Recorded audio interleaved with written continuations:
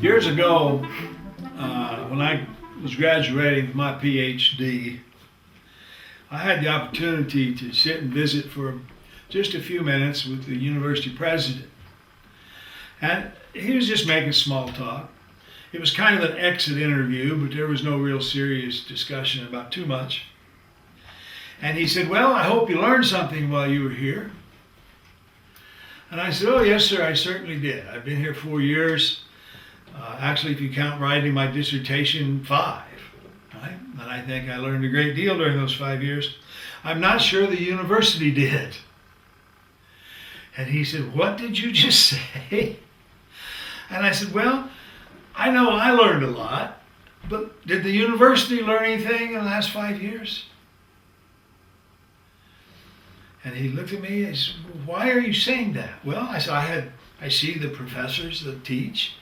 I saw that I taught. I saw some of my colleagues taught. And I think some of those notes that are being used by some of these people are 50 years old, you know? And I was asked to go in and teach public speaking, which I did. But we didn't have PowerPoints or anything. All we had maybe was a blackboard and a podium. We had no technology.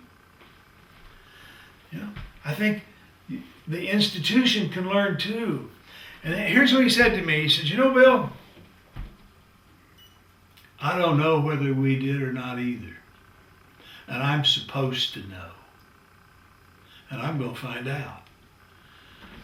Now, I left, but I heard from some colleagues that I created a mess for them because all of a sudden he was wanting a report periodically, I think once every semester, on what did you all learn this semester? What did you learn in your fields that you teach? What did you learn about teaching? What did you learn about your students? What did you learn about the rest of the university where you could play a role? You see, organizations can learn. First of all, people learn. And so you got all these smart people in one place. So how do we take an organization and purposefully make it a learning organization? Well, something has to happen first. And that happening is a unity that needs to occur. That we need a feeling of oneness in the group, of we all are working for or towards the same purpose. Right? And there's a book called The Fifth Discipline by a man by the name of Senge, S-E-N-G-E, and I highly recommend it. And the fifth discipline is learning. Right? But there are three, he talks about lots of things, but there's 3 that really stand out in my mind. That if an organization is going to work together as a team, it must have a shared vision. We have talked before about what a vision is. This picture of ourselves and who we are and what we do. If someone was making a movie about a day in the life of our company, and as they went from division to division and facility to facility, what did they see? For a learning organization to really work,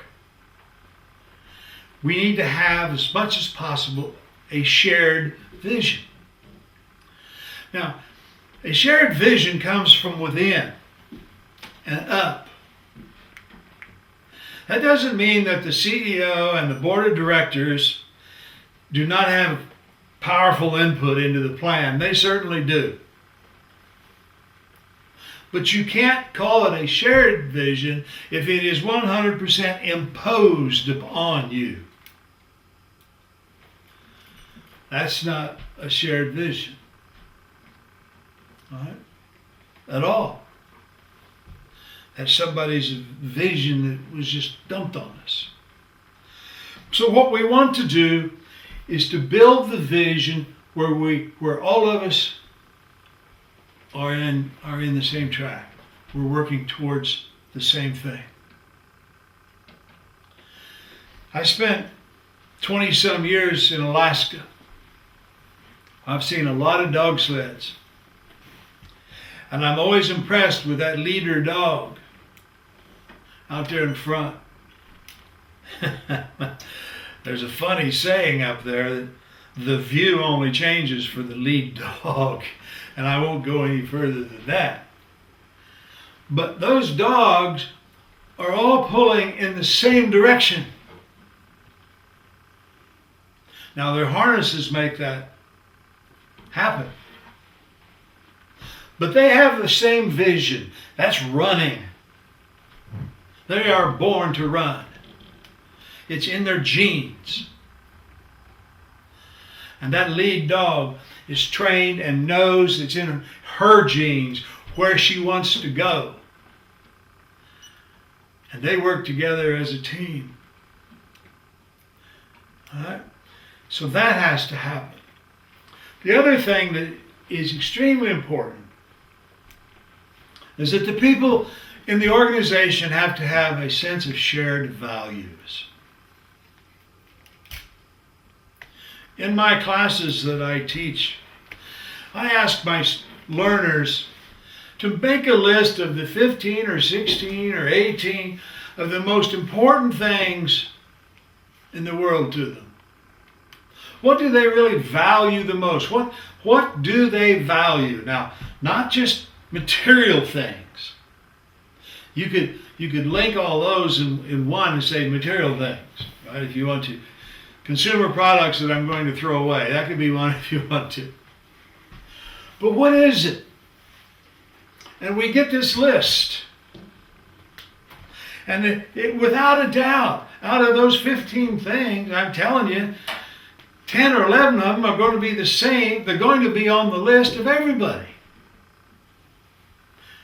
Not necessarily in the same order. Not necessarily using exactly the same word. Somebody might say family, someone else might say loved ones. Right? Someone might say family and friends, and someone else might say family, extended family and friends. Right?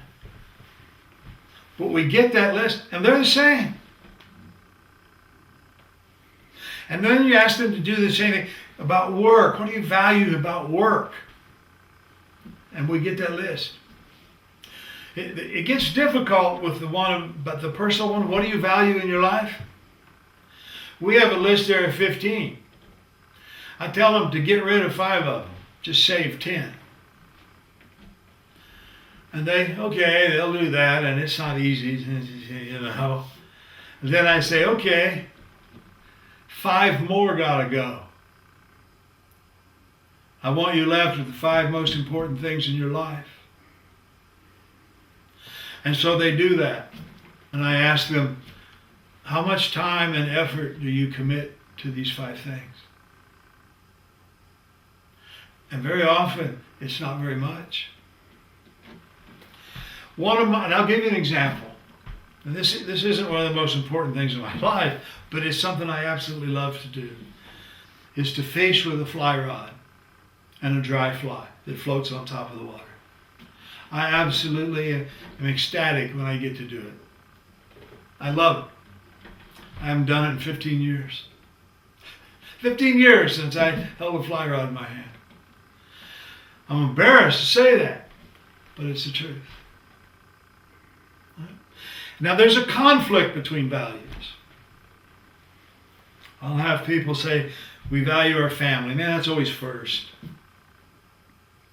And then on the list in there somewhere will be learning and education. And then work, having good work. And I will say to my learners in class, do you see any conflict with those? Oh, okay, there's no conflict. I said, well, if you're here in class, you're not at home with your family. Right? And they understand that life's about choices. And when we do the same thing at work, what is the most valuable things for you here at work? What do you value the most? Challenge, opportunity, my coworkers. They make these lists. And we get maybe 10 things. But what's most important? You know, ironically, very seldom is it pay. Pay comes in, 6 or 7, 8. The other things You know, everybody wants to be paid so they're not embarrassed, right? But it's not the thing that, it's not the big motivator that you think. As a matter of fact, pay becomes a demotivator. When you get your pay raise, you think, that's great, I love it, it's wonderful. And in about a month, you know you're earning the money and it's not enough, right? You start to grumble about it. So we have shared values.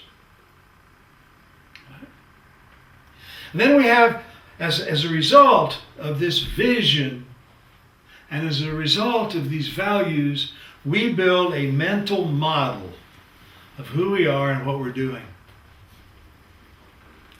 And we want those to be similar and close, but we don't want them to be identical twins. We want people to share the same values, share the same goals, share the same ambitions, be the same kind, but to be individuals and be thinking. If you and I agree all the time, the boss said, I don't need you. Right? So we need to be thinking. So how do we build, once we have this put together and we know what kind of organization we want, how do we build a learning organization and manage it? The first step is the people we hire. Hire bright, innovative, creative people who love and can accept diversity. Right? In the 21st century, they got to be bright, they got to be innovative, they've got to be creative, and they got to be able to embrace diversity. And if they can do that, you can teach them the rest. But if they got those things inside, they're going to be a chunk of gold. They're going to be intellectual capital. Right? So you hire the best and the brightest that you can get. And you expect those people to teach your people what they know. Right?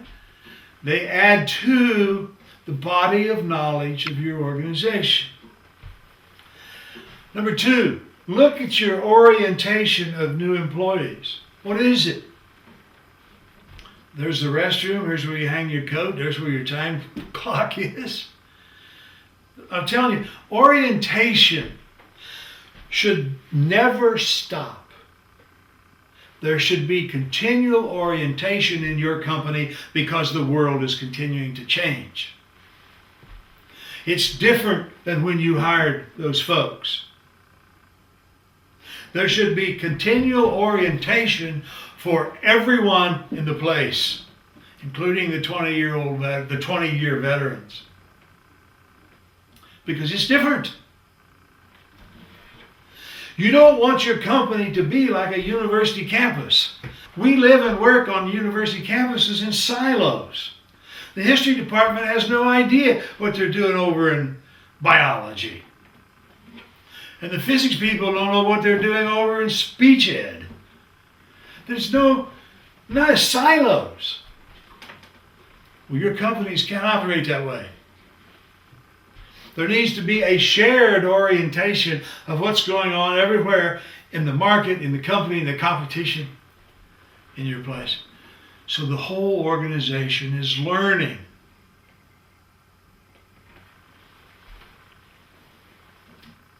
You need to train. You need to continually train your people. I was talking to some folks earlier about the fact that there are millions of people in the United States unemployed or underemployed. All right? You add the two together, it's millions. Well, if those folks were retrained and got some more education, and got education and training in the new technologies and the new systems and the new methods, you've got a workforce that's ready to go. And they know how to work because they've been there. And we need to invest billions of dollars into retraining our entire workforce. I think our educational system should be from the womb to the tomb. And we should design it that way. Public education from the womb to the tomb. It never stops because the world changes so quickly. There were men who graduated from the universities of this country in 1938, 39, 40, in engineering and chemistry and physics, and then they went off to World War II for 5 years, and when they got back, everything changed. We have to cross-train. We have to learn how to do each other's jobs and what each other is doing. I might have an idea that could help you. I know you got something that could help me. And if you're sick, I can step in and help. If I break a back or bust a shoulder or something, you can come in and help me. And cross-training opens the avenue for all of us to be looking for ways to do things better.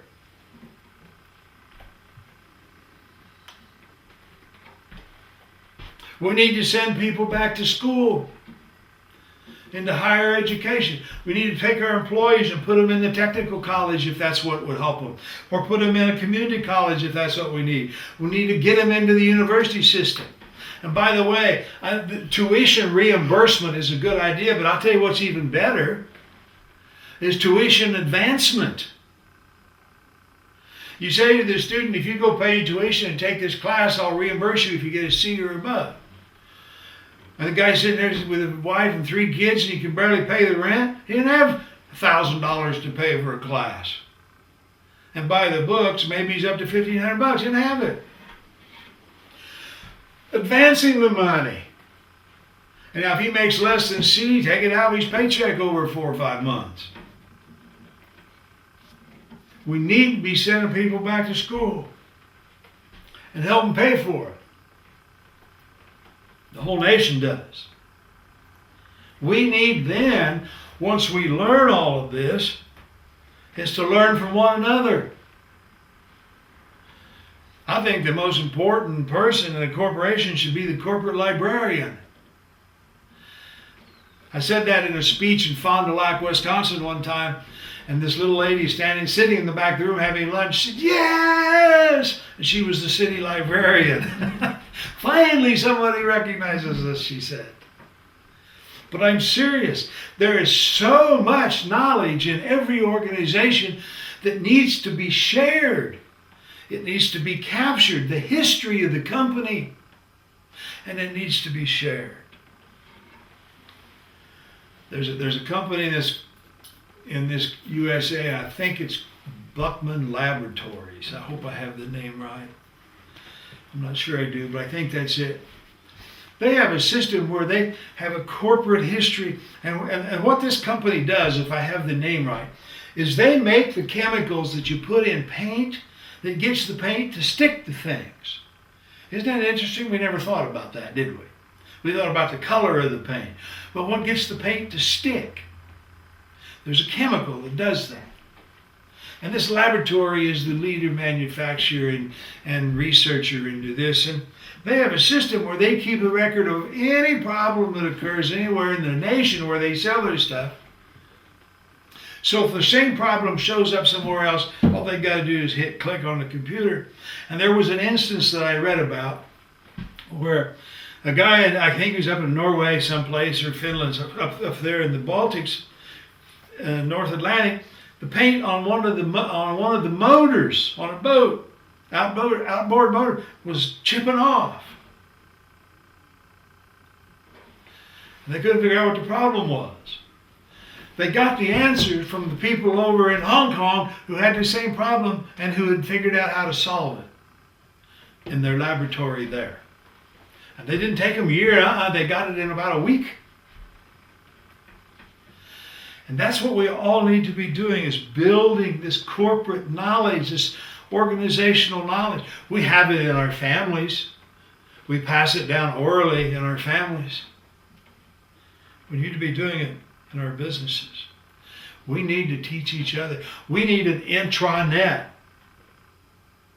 where we can get on the computer and learn about not what's going on in the world. We can do that at home. What's going on inside the door of our own company. As I've said before I'd build a wall, I would know what I was walling in and walling out. Well, if I'm on the outside, I can look at the whole world. If I'm on the inside, I can't always do that. But I can't even look inside. And we need to know. We need to be teaching one another. All right? One of the most important ways to do that and I believe with all my heart and soul in this, is called mentoring. Everybody should have a mentor. Everybody should be one. Now, what is a mentor? A mentor is a person who is sincerely more interested in your success than he or she is in her own. They want you to succeed, and they're going to help you do that if you will allow them. My father fought in World War II in the South Pacific.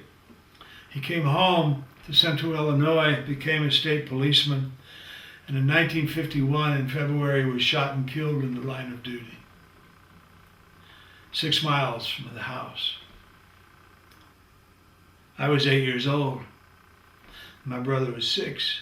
My mother was just 32. My father was in the hospital. He lived about, I guess, 8 or 9 days. If that wounds had happened today, he would have lived through it. But back then, they couldn't do what they can do now. And on his deathbed, he asked a man by the name of Don Lisenby, who was his very best friend, a neighbor of ours, who lived just down the street, one house, and across the street, one house. There's where Don Lisenby lived, my dad's best friend. And he said to Don, "Promise me, if I don't make it, you'll look after Betty and the boys." He made that deathbed promise. And I'll tell you something, that man never stopped looking after my brother and I until he died in his 80s. He gave us jobs in his gas station. He taught us how to fish. He took us to University of Illinois ball games. He was our mentor.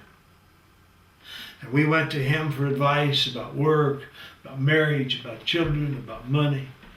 And he was always there, and he was always looking after Mom. He and his wife would sit in their living room having coffee, watching TV, and they could look out the window and see my mom's house. I had a different truck one time. I'd traded trucks, and I pulled into my mom's driveway, and I just got in the house, and the phone rang, and it was Don wanting to know who was in the house. That is a mentor. He taught us. I think he spent more time with us than he did his own children sometimes. When I went to high school, little school, only 32 in my high school graduating class, I was 6 feet 2 inches tall as a sophomore. I was a big kid. All right? My father's dead. I could have gone the wrong way. I had a teacher of biology who was the track coach. His name was Bill Benner. He's still alive. And I've told him this 100 times or so of other students. He had probably the most influence on my life of any man I ever met. He taught me self-discipline. Taught me that I could take care of myself. I could do things. He taught me that he convinced me I could go to college because if I worked hard enough and did what he told me, I could get an athletic scholarship. Because we didn't have the money. And I did what he said, and I got that athletic scholarship, and I got a university education. That was Bill Benner. That was a mentor. I went to Washington, D.C., and I was working for the United States Post Office Department as a budget analyst. I was sitting there crunching numbers. And I was also a management analyst, management/budget analyst, and I was analyzing the way we did things and writing papers on how we could improve them. My boss was a man by the name of Emerson Markham. And he called me in one day and he said, "Well, I got some bad news. I got some good news. I'll give you the bad news first, and I'm going to have to let you go." I said, "Let me go? Here I am in Washington, D.C. with a wife and a 2-year-old kid, and I'm doing the best work I could possibly do, and you're going to let me go?" He said, "Yeah, that's the bad news. The good news is I have a job for you down in the president's office at the White House." So at 27 years old, I moved from the Post Office Department to the Executive Office of the President of the United States. Now, my office was not in the White House. It was in a building right next to it. But at 27 years old, Emerson Markham had gotten me a job in the Bureau of the Budget in the Executive Office of the President of the United States. And I asked him why he was doing that. He joked. He says, well, I need friends in high places. He said, but the real reason I do it, and he says, you're not the first. I believe in hiring bright young people, teaching them all I can, working them to the level where they're going to get bored if I keep them, and then finding them something that will challenge them in a good place. And it's time you move on. Now that's a mentor. So I've had these mentors in my life that have been of tremendous impact. And you can be a mentor. It may be for a nephew. Remember, I had a mentor when I was 8 years old. It's hard to be a mentor to your own kids because they don't listen to you, right? But you can be a mentor where you work. And you should also look up and find one. We all need a mentor. Right? We can learn from other people.